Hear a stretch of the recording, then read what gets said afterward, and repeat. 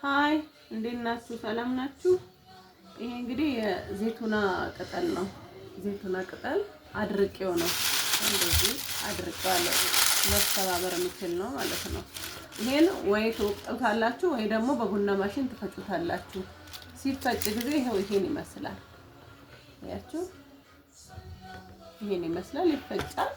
በዚህ እየወሰድን መጠቀም ነው። አንድ ማንኪያ ይበቃናል።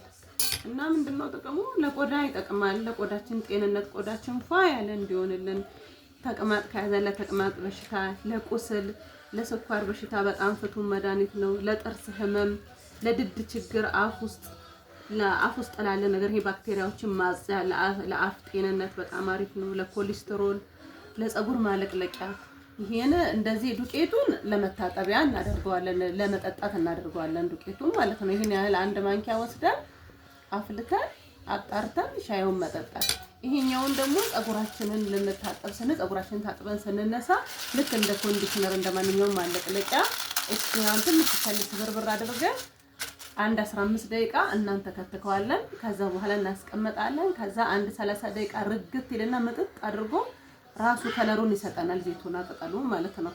ከዛ በኋላ አጣርተን ፀጉራችንን እንለቀለቅበታለን። በጣም ለፀጉሩም ፍቱን ነው። ለፀጉር ለማርዘም ለማለስለስ በጣም አሪፍ ስለሆነ ተጠቀሙት ባይ